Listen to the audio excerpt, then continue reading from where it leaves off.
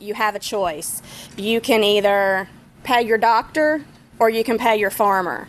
If you pay your farmer, you know what you're getting. You know you're getting the good meats and you know what's in them. You don't have to go to the doctor to get all these medicines for being sick from eating things that you don't know what's in it. You get stuff at the grocery store and, like she's saying, you don't know what's really in those foods. But if you're eating meats that you know where they're locally grown and raised and how they're fed, it's way healthier than the stuff that you get at the grocery store.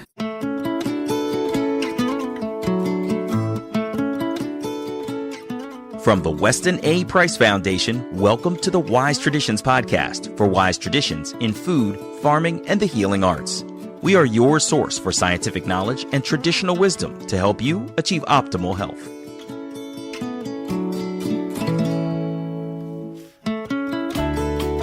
Hey, Hilda here. We've seen bumper stickers and memes with the saying, "Know your farmer." But what does it look like in practice, in real life? This is episode 354, and we have a panel of 6 guests today who offer us insights on what it means to connect with your farmer, to know the provenance of your food, and to forge ties with your local community. I was on the 6 million download Wise Traditions Road Tour this fall when I stopped in Little Rock, Arkansas, and I met some amazing folks there, courtesy of the local Weston Price chapter leaders, Mara Parker and Lizzie Sharp. We gathered together at Bramble Market to meet with and interview some of their favorite farmers and the market owners themselves. So today you'll hear from Clint Ballard of Milk and Honey Hill Farm, Greg and Kinsey Bradford of Bradford Valley Farm, Barbara Hutchinson from the farm at Barefoot Bend, and David and Micah Rice, the owners of Bramble Market. Together, we discuss the importance of quality over quantity in terms of our food choices and our farm practices. We also talk about what got these farmers into farming in the first place. We discuss as well the issues that some farms are facing with the shortage of meat processing plants, for example. And we hear about the benefits of raw milk and regenerative agriculture, and the satisfaction that comes with knowing where your food comes from, and yes, with knowing your farmer.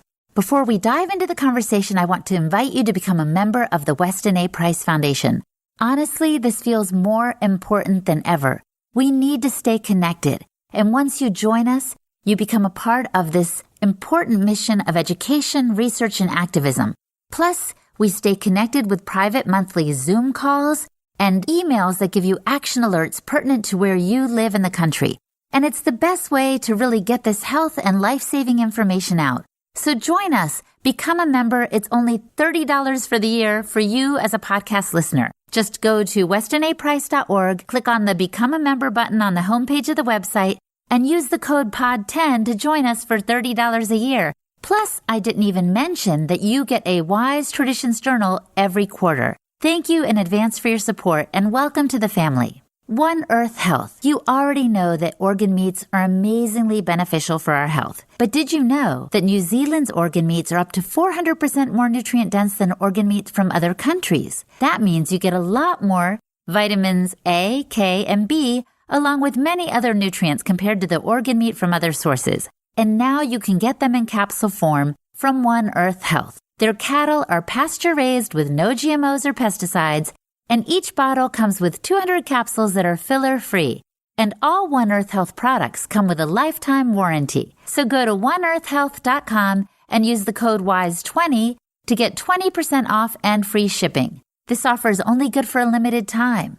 Go to oneearthhealth.com and use the code WISE20 for 20% off any One Earth Health product. And a final note, if you hear some hooting and hollering and laughter in the background, it's because this interview was recorded live at Bramble Market in Little Rock, Arkansas. This is Holistic Hilda, and you're listening to Wise Traditions. Welcome to Wise Traditions. We are here at Bramble Market in Arkansas, Little Rock, Arkansas to be exact, and I'm here with a bunch of friends who are going to share with us the reason why behind how we choose to live and how we choose to eat. And I'm going to start with Kinsey. Tell us about what got you into farming. I feel like now a lot of people are getting back to the land. There's an interest, a resurgence of interest in farming. What got you into it in the first place? Thanks for being here, first of all, coming through Arkansas. I think I would say, I married a country boy. That was my first thing, getting into farming. I'm from Portland, Oregon originally, and we met in college, and he's always farmed and lived out in the country, and we kind of bounced around, and then somehow we ended up back in Damascus, which he said he'd never end up back in Damascus, right by his folks and with a bunch of land. But we had the opportunity to buy some land, and we had homesteaded a few years before that, raising broilers and chickens and pigs and all that kind of stuff, and we had a huge garden, and we had the opportunity to buy some land. And our thoughts and talking about it, we are believers, and we believe that we should be good stewards of everything that we have. And buying all this land, we were like, well, we love to hunt, but you can't hunt it all. A lot of it's pasture, and so we thought, well, let's farm. Let's raise meat the right way, which by then we had been having pigs and, like I said, chickens and stuff like that, and rotating them and trying to do getting into the Salatin way and pasturing and the regenerative agriculture and all that thing without knowing it, actually, without knowing that we were doing that. But after we bought that land, we did a lot of research. What's the best way to raise animals? Why is this the best way to raise animals? And you get to thinking about it and reading about it, and you're like, well, no, duh. You don't need to be keeping 50 cows on one piece of land for a whole year, raising them that way. They need the natural things that God gave us to use. So that's really kind of how we got started in it. And I think I was telling you earlier, when we were homesteading, it kind of built up, because I'm like that chicken lady. Like, we had started out with 10 chickens, and then I bring home 25 more, and he's like, oh, okay, 35 chickens. And then I'd be like, how about 100? And he's like, well, okay, Kinsey. But our friends would be like, hey, can I buy a dozen eggs from you? Hey, can I buy half a pig from you? Or we would share meat with people, and they were like, man, this is fantastic meat. And I'm like, I don't know, because being from the city, I had never had really homegrown food. And honestly, and all those things that you were saying over there are just perfect, and just, I think, is at the core of what we believe. But that's how we got into farming. But the biggest thing that I will say from what we've got out of it so far is how it makes us feel as far as eating the food goes. When we eat it, we feel good. It doesn't make us sluggish or tired or anything like that. So that's, I think, why we've continued on. I think that's why these guys are doing so well. They sell our chicken here, and people like it and buy it because you eat it and feel good about it. Are you glad you did it, Greg? Am I glad I got married to her, or that I got into farming? Farming. It's sort of random how it all comes about, but we were out traveling the world before we started having kids, and then I was teaching at a time, and she was actually in her career also with a fire department, and we had a chance to relocate out to Alaska. So we go out to Alaska, and she's correct. She came from Portland, Oregon. I came from Damascus, Arkansas, which is a very rural community in the middle of nowhere. And when we were out in Alaska, we decided that we were going to come back at a certain point. She came back with my daughter, and she was living on the farm where I grew up.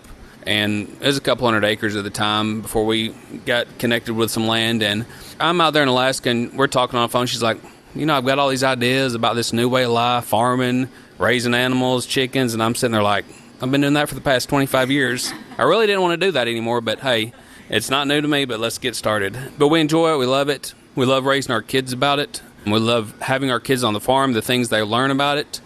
Some of the things that I've learned on the farm, or some of the things that we love about it, is just enjoying the little things that happen every day. The learning, the life lessons, the things that help us grow, our relationship grow, our kids grow. And I'm raising 3 daughters in a world that is very stressful for a dad. Some of the skills that we just want our kids to know that we've learned by farming, and the way that I grew up farming, was problem solving. And that's something we try to teach them every day. And as they move forward, they'll always be able to use that if they're farming, if they're doctors, if they're a plumber, if they're a welder, if they're a dietitian. They'll be able to use those skills that we have to do on the farm every day. And their mental emotional state's just wonderful, seeing them out there playing, having fun. And we're going to go home and catch 800 chickens after this podcast, and we'll pay all my daughters $40 tomorrow, and they'll love it. It's not child abuse. They'll remember it and love it. We just love the family atmosphere, the joy that it brings to feel that success of earning something. And that's where we strive in our farming, just teaching our own kids to earn something. And we really appreciate that. And it sounds beautiful, but I know at the same time it can be challenging. One thing I've heard recently, and I want to pose this question to you, Barb, is that there's a backup in the processing plants, and so that farmers have like a lot of livestock, pigs and cows, that they can't get slaughtered. Can you explain why that's happening and what it means to the consumer?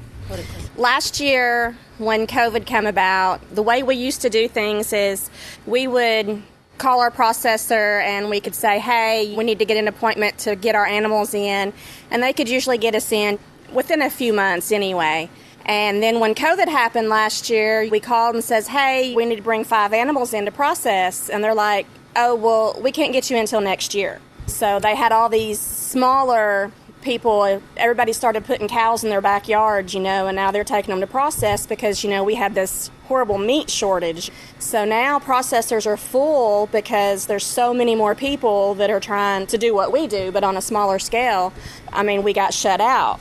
That's when Damon decided that he was going to get the mobile harvesting unit going, so that now instead of like where we would take our animals to the processor, you got to load your animals up, you got to stress them out, you got to drive them.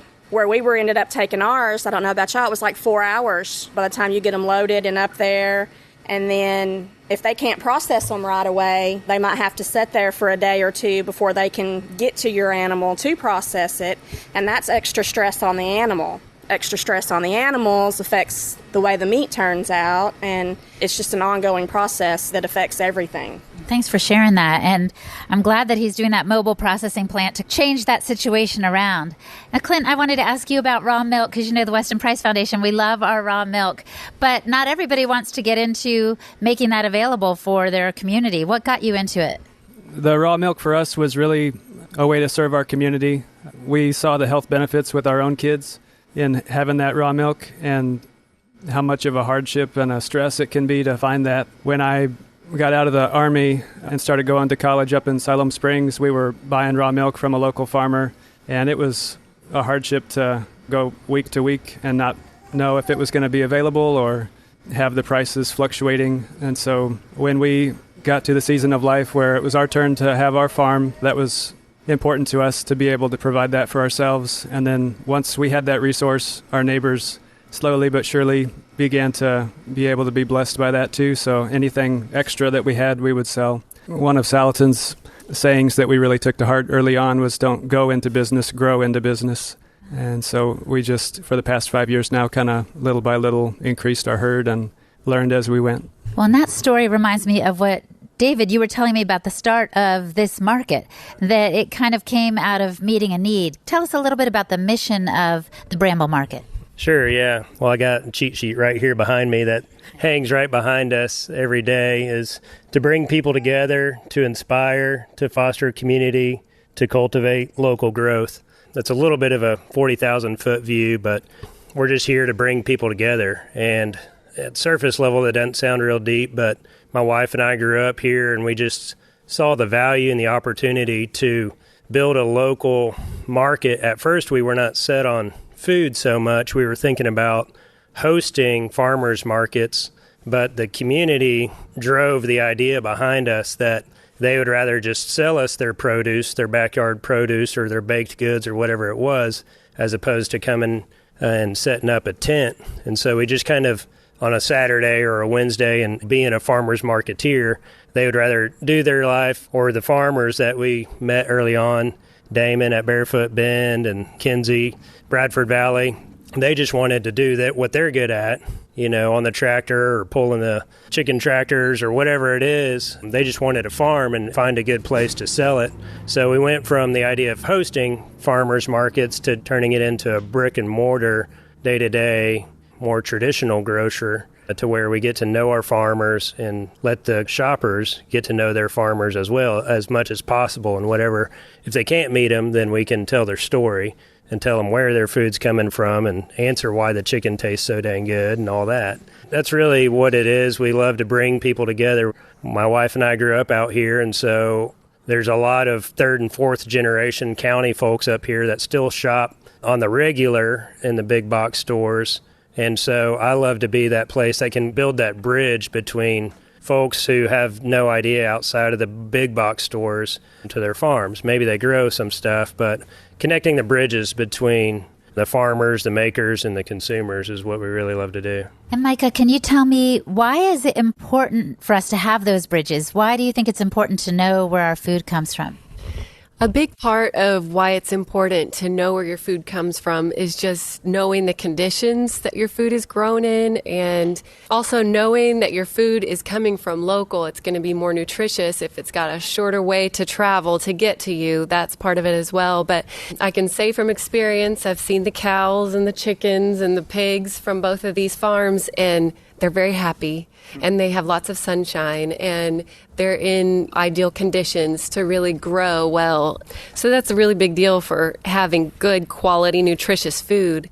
Also, when you go to the store and you see things that say pasture raised or organic, you may wonder, like, are there loopholes that maybe these people are able to jump through to make it organic or make it pasture, and you don't actually have the farmer there to ask what their ways of farming have been like. So I think that's important too, just to have the people close by that say, hey, come to visit our farm and see our animals, and we'll answer all your questions, and that's important. Coming up, we'll learn more about the benefits in flavor, quality, and nutrient density of the foods produced by regenerative farming, and why it's important to prioritize real local foods. You're listening to the Wise Traditions podcast from the Weston A. Price Foundation. We pause now to recognize our sponsors. Force of Nature. I love Force of Nature. This meat company based in Austin, Texas offers regenerative, 100% grass-fed, pasture-raised, and wild-caught meats. You guys, they have everything. Yes, beef and chicken, but also wild game like venison, elk, and boar. Plus, they offer ancestral blends that contain 7% organ meat, and these are my absolute, hands-down favorites. It is so ridiculously good and nourishing, and you can simply use the ancestral blends like you would ground beef or chicken. It's so mild-tasting that your kids or even adults unfamiliar with organ meats would be hard-pressed to detect the difference.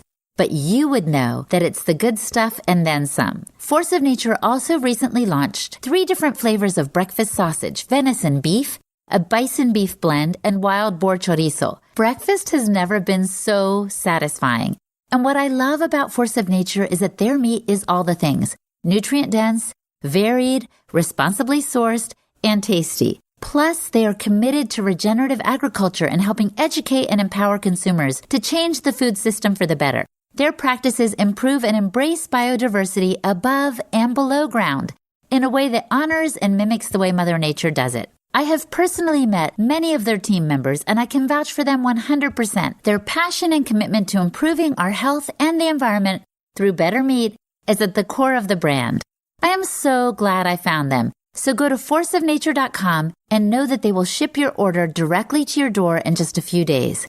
And as a perk for being a Wise Traditions podcast listener, you get 15% off your first purchase. Just enter the code WISE15 at checkout and use all caps on the word WISE to apply the discount. Again, that's WISE15 for 15% off your entire order at forceofnature.com. And Optimal Carnivore. Organ meats are some of the best, most nutrient-dense foods on the planet.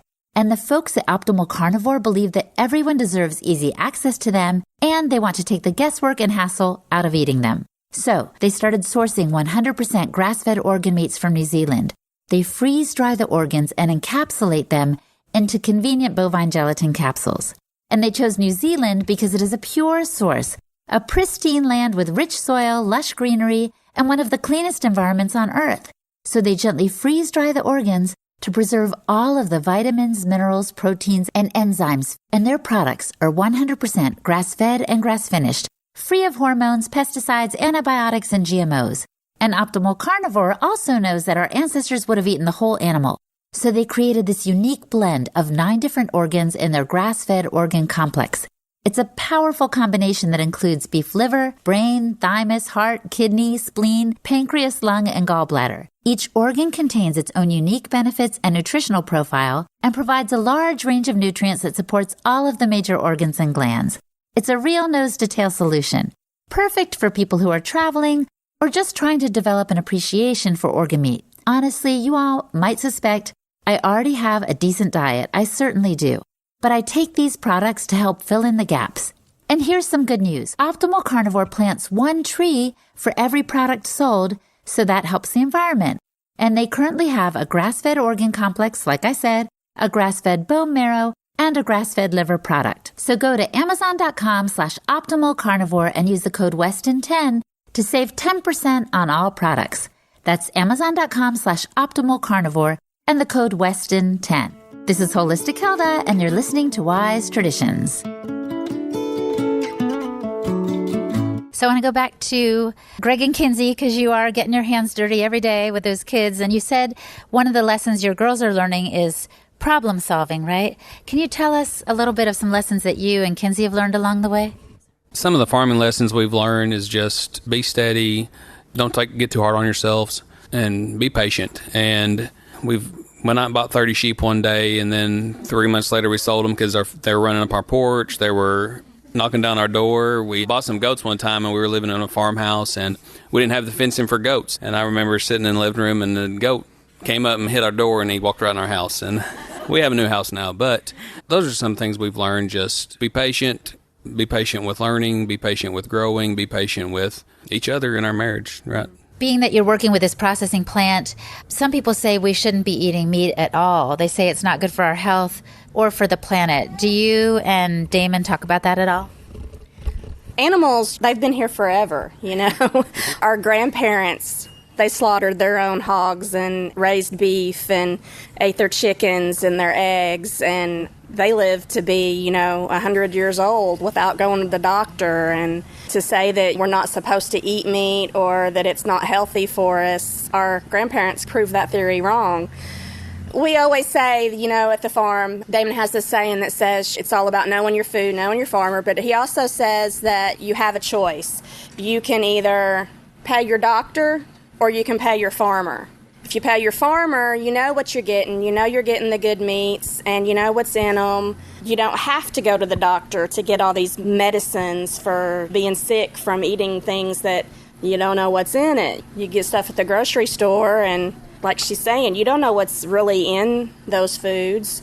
But if you're eating meats that you know where they're locally grown and raised and how they're fed, it's way healthier than the stuff that you get at the grocery store. Yeah, and Kinsey, you were telling me earlier that the taste of that first chicken that you had that was like really raised in the sunshine and so happy, you said it was like a game changer for you, right?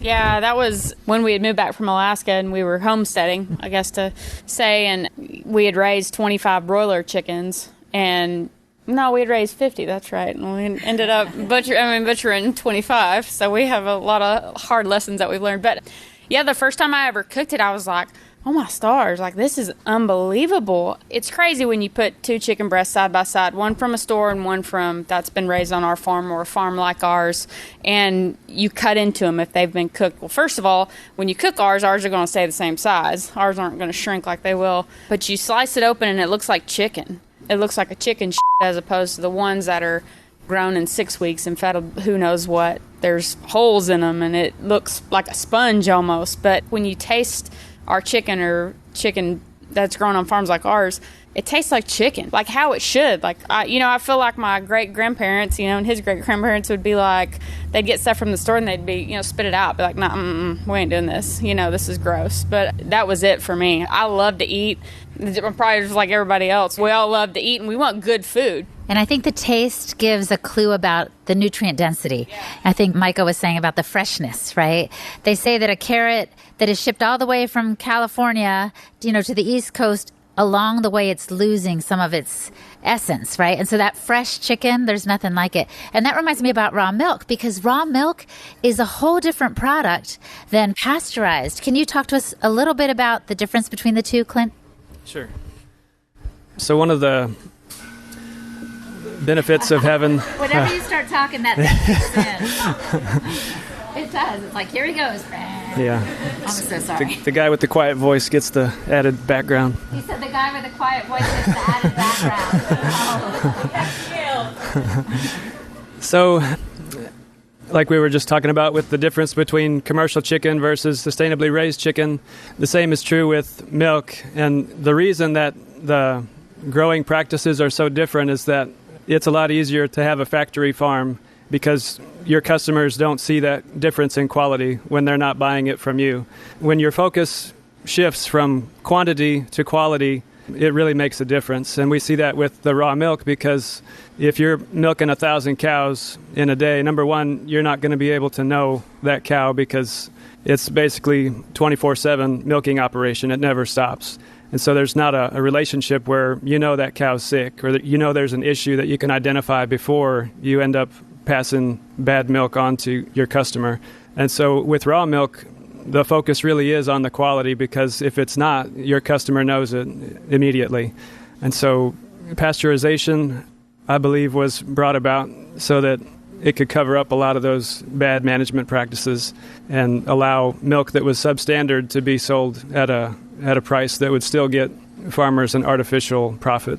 But it's like so many other things, helping farmers jump from the commercial factory farm to the sustainable local food farm is mostly about economics, because they're going to get 10 cents to the gallon and I'm going to get a whole lot more, but theirs is guaranteed and they don't have to focus on the quality. But I truly believe most farmers would rather produce quality food.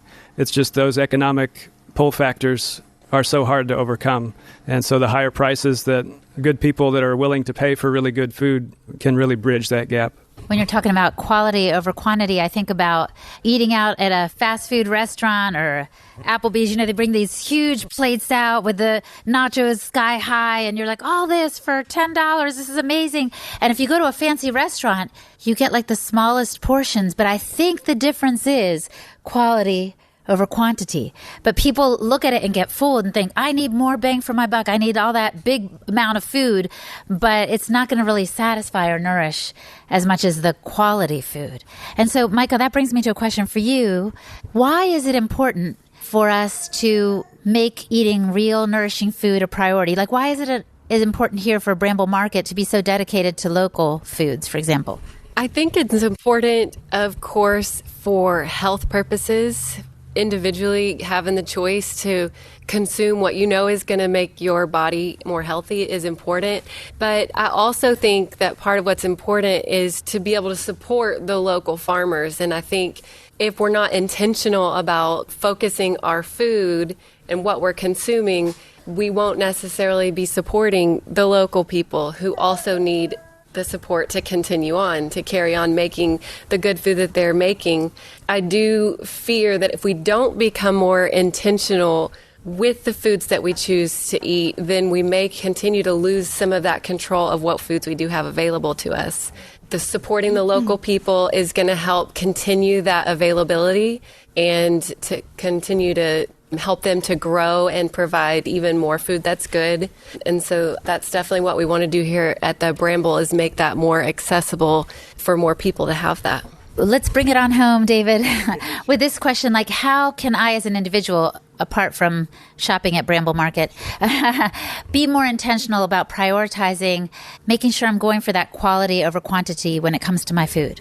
Anything of value takes hard work or takes intentionality. That's one thing my dad always told me. People would talk about his marriage and how good it was. It's like, well, anything of value takes hard work.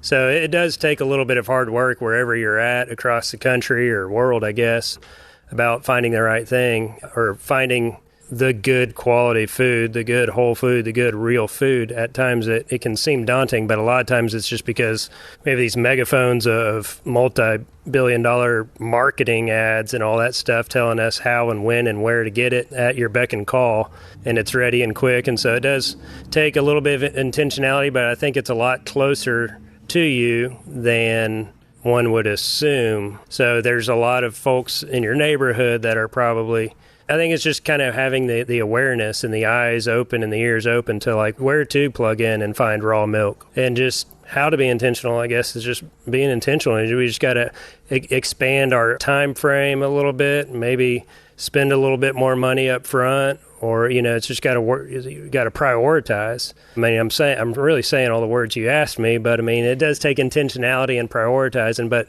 knowing that it is around, no matter where you're at. There are farms all over the country and all over the state, and they're growing. Markets like this are growing in quantity and quality. Even in the last 3 years since we've been open, we've seen many more markets like this open up, and even in central Arkansas. And so for a 45-minute drive, there's a good chance there's one within 10 or 15 minutes of you, something like us. And we are all about supporting and cooperating with other markets. We don't really see them as competitors, but as much as we do as partners in our mission to bring good quality products and local things to the folks. So it's just taking a little bit of time, taking a little bit of risk, but being confident that it's there. It's a lot closer than you think, I believe. I'm so glad you said that, because the Weston A. Price Foundation has chapter leaders all around the world. And their only job, or the only thing they sign up to help with, is giving people a resource list of local foods in their area, farmers markets, drop-off points, CSAs, all this. So I want to encourage the listeners and everybody here to connect with your local chapter leader to find that real food that we're talking about. And I just remembered, I always ask at the end this one question. Anybody, this is a free-for-all, so just raise your hand if you want to answer it. If the listener could do one thing to improve their health, what would you recommend that they do? Just eat food that God has made. If it can come from the Lord, I would think that would be it. I would say 2 things in a day would be to drink a lot of water and get a lot of sunshine. Just listen to your body. A lot of times what you're craving is what your body is crying for, and just be a little more receptive to your body's needs. Awesome. Well, thanks to each of you, and thank you all for coming out tonight.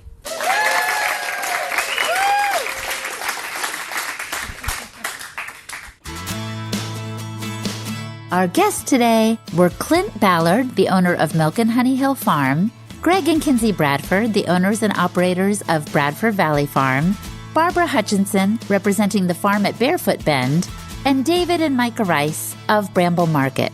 Their websites are, in order, milkandhoneyhillfarm.com, bradfordvalleyfarms.com, barefootbend.com, and thebramblemarket.com. And I'm Huddle Labrador, the host and producer of this podcast for the Weston A. Price Foundation. You can find me at holistichilda.com. And for the transcript for this episode and many others, go to our website, westonaprice.org, and click on the podcast page. And now for a recent letter to the editor from a journal published in the winter of 2022. When I first joined the Weston A. Price Foundation, I appreciated your wide range of views on a variety of topics, much of which seemed a bit controversial, but most I already knew to be accurate. As the years have gone by, I find even the controversial bits to be true. And what I thought to be a bit radical is now timely and rational. It has been a good growing experience with you folks for me, and I look forward to each new issue of the journal. This is a letter from Tom from Panama City in Florida. Tom, thank you for writing us. And you too are welcome to write a letter to the editor to be published in an upcoming journal and perhaps read on this podcast. Just write info@westonaprice.org and put letter to the editor in the subject line. It can be about your observations about these times, our podcast, our information, or a personal story about how your life has been changed thanks to Wise Traditions. We are so grateful for you. Thank you for listening, my friend. Stay well. Hasta pronto. On behalf of the Weston A. Price Foundation, thanks for listening. We have many free resources to support you on your health journey. Visit westonaprice.org to find podcasts, articles, videos, and more. You can also find a local chapter near you for help in finding sources of great food. We invite you to support the Foundation's mission of education, research, and activism by becoming a member. Thanks again, and take care. Wise Traditions is a project of the Weston A. Price Foundation for wise traditions in food, farming, and the healing arts. The content on this podcast is provided for informational purposes only and is not intended to substitute for the advice provided by your doctor or other healthcare professional. It is not intended to be, nor does it constitute healthcare or medical advice.